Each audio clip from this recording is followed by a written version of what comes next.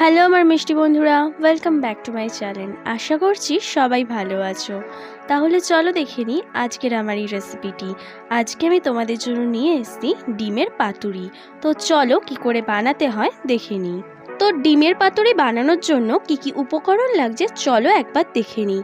তো তার জন্য এখানে আমি নিয়ে নিয়েছি 4 চামচের মতন পোস্ত বাটা, তার সাথে দিয়ে দিলাম 2 চামচের মতন সর্ষে বাটা, তার সাথে দিয়ে দিলাম 1 কাপের মতন ফেটিয়ে রাখা টক দই, তার সাথে কিছুটা ক্রাশ করে নেওয়া নারকেল, 1 চামচের মতন হলুদ গুঁড়ো, হাফ চামচের মতন এখানে কাশ্মীরি লঙ্কার গুঁড়ো, সাথে স্বাদ অনুযায়ী নুন। তার সাথে আমি দিয়ে দিলাম 2 চামচের মতন সর্ষের তেল। এবার সবকটা মশলাকে ভালো মতন মিক্স করে নেব। তো দেখো এখন কিন্তু আমাদের মশলাটা তৈরি হয়ে গেছে। তো এবার কিন্তু আমরা পাতুরিটাকে তৈরি করে নেব। তার জন্য এখানে আমি একটা কলা পাতা নিয়ে নিয়েছি। কলা পাতাটাকে আমি এপিট ওপিট করে ভালো মতন গ্যাসের মধ্যে একটু সেঁকে নিয়েছি।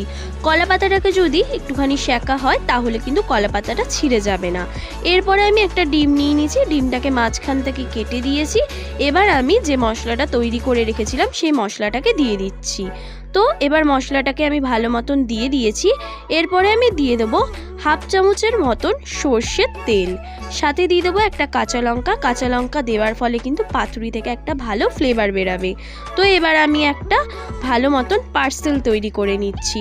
তো দেখো আমি এপিট ওপিট মুড়ে একটা পার্সেল তৈরি করে নেব।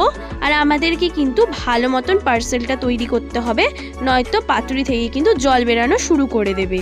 তো আমি পাতুরিটাকে বানানোর জন্য এখানে কলা পাতার যে ফালিটা হয় সেটাকে আমি সরু সরু করে কেটে নিয়েছিলাম এবং এখন আমি সেটা দিয়ে বেঁধে দিচ্ছি।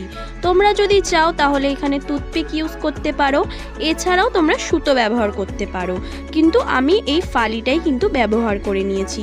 আর একটু ভালো মতন বাঁধতে হবে, নয়তো আমি প্রথমেই বলেছি পাতুরি থেকে কিন্তু জল বেরিয়ে যাবে নয়তো। তো এবার আমি একটা চাটুর মধ্যে হালকা একটু সর্ষের তেল দিয়ে দিচ্ছি। তো এখানে আমি 2 চামচের মতন সর্ষের তেল দিয়ে দেবো। তো দেখো তেলটা যখন হালকা একটুখানি গরম হয়ে আসবে তখন আমরা পার্সেলগুলোকে রেখে দেব আর পাতুরিটাকে হতে দেব কিছুক্ষণের জন্য। তো দেখো এবার আমি এপিট ওপিট করে ভালো মতন ভেজে নিচ্ছি।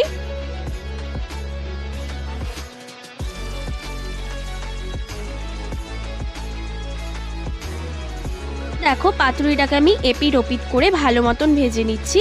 পাতুরির ভেতরটা যখন হালকা একটুখানি শক্ত হয়ে আসবে তখনই আমাদের পাতুরিটা একদম রেডি। তো দেখো এখন কিন্তু আমাদের পাতুরিটা একদম রেডি হয়ে গেছে। তো এবার আমি গরম গরম ভাতের সাথে সার্ভ করে দিচ্ছি। আশা করব আমি আমার এই মিষ্টি বন্ধুদের কাছে যে তাদের রেসিপিটা ভালো লেগেছে। যদি আমার চ্যানেল প্রথম এসে থাকো তাহলে প্লিজ আমার চ্যানেলটাকে সাবস্ক্রাইব করে দিও, পাশে থাকা বেল নোটিফিকেশনটাকে ক্লিক করে দিও।